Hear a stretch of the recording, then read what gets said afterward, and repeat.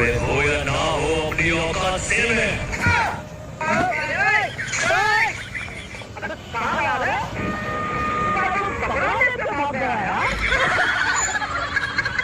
दो घंटे से चावल पका रहा हूँ, अभी तक पका नहीं। 1 गिलास चावल में 2 गिलास पानी डाला था, वही तो किया था देखो।